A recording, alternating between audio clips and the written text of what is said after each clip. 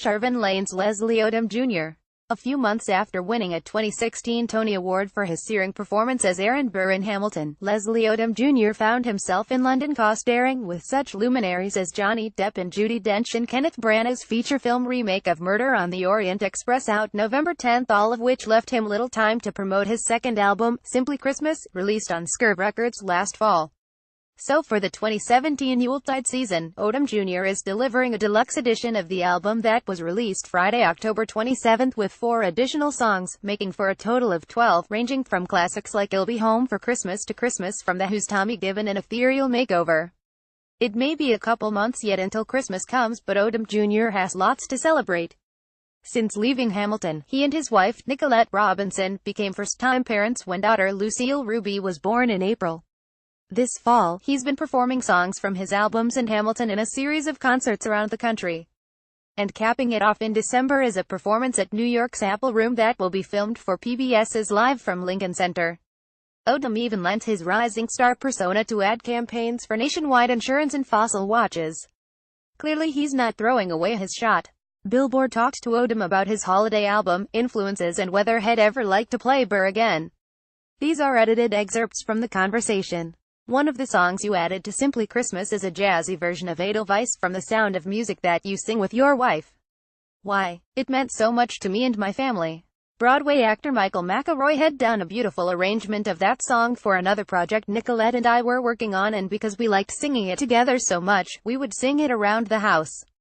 Nicolette made a recording of it and would play it for Lucy while she was in her belly and I was in London, so Lucy could get to know my voice. We would sing it to her sometimes as a lullaby. You seem to have a lot of old-school musical influences. Your self-titled first album was a collection of jazz and show tunes. Simply Christmas features classic holiday songs. What Christmas albums did you listen to when you were growing up? I was just a fan of great music, so I love Nat King Cole's Classic Christmas as much as I love Bing Crosby's Classic Christmas as much as I love the Boyz II Men Christmas album. We tried to make an album that could hang around something that wasn't trendy. The next album I think we're going to take a crack at originals. One of your October concerts was at the UVA campus in Charlottesville. What was that like? It was really powerful. Later, there was another hate-filled protest, but I saw a community of people saying, "You don't get to define us. That's not who we are, that's not who we'll be." Was Murder on the Orient Express something that was percolating before the Tony Awards, or did it come about after? I left the show about a month after the Tony Awards, and I spoke to Ken not long after that. I prayed for it and hoped that it would happen. Some doors were not open to me prior to Hamilton. I was doing a fair amount of television that nobody was watching. I was a working actor and I was paying my bills, but high-profile or even low-profile film was not really something that was available to me.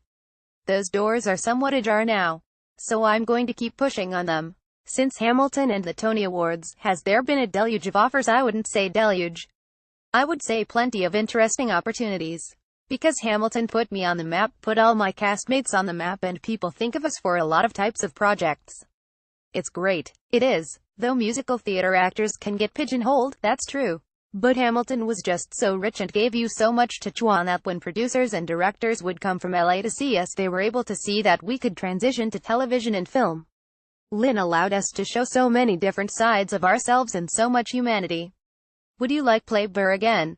I wouldn't like to play him again anytime soon. It's quite a bit of work. 8 shows a week is no joke.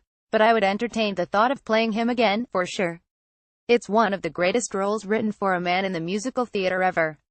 You'd be hard-pressed to come up with a handful of roles that are as complicated and rich, and if you add to that as written for an actor of color, that's a really short list.